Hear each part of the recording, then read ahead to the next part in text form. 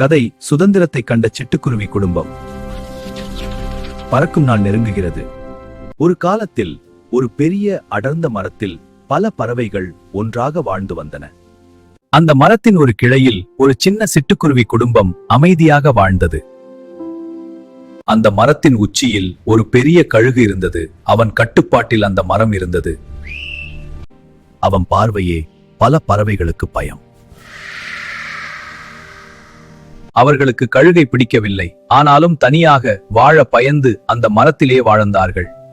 அந்த கழுகு சாதாரண பறவை அல்ல. அது மற்ற பறவைகளுக்கு கட்டளைகள் கொடுத்து, இங்கேதான் உட்கார வேண்டும், இந்த நேரத்தில் தான் உணவு தேட வேண்டும், என்னை கேட்காம யாரும் பறக்க கூடாது என்று பறவைகளை கட்டுப்படுத்தி வந்தது. ஒரு நாள் சில மனிதர்கள் வந்து அந்த மரத்தை வெட்ட திட்டமிட்டனர். மற்ற பறவைகள் எல்லாம் உடனே அங்கிருந்து புதிய மரங்களை தேடி பறந்தன. ஆனால் சிட்டுக்குருவிகள் மட்டும் அங்கேயே இருந்தன. அந்த இரவு அப்பா சிட்டுக்குருவி மனதில் யோசித்தான். நாம் எப்போதும் மற்றவரினை கட்டுப்பாட்டில் வாழ முடியாது. நான் பயந்தாலும் என் குடும்பத்திற்காக துணிவாக இருக்க வேண்டும்.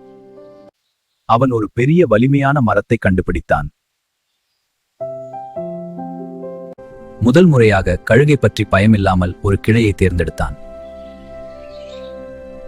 சிட்டுக்குருவிகளை அழைத்து வந்து அங்கே தங்க வைத்தான்.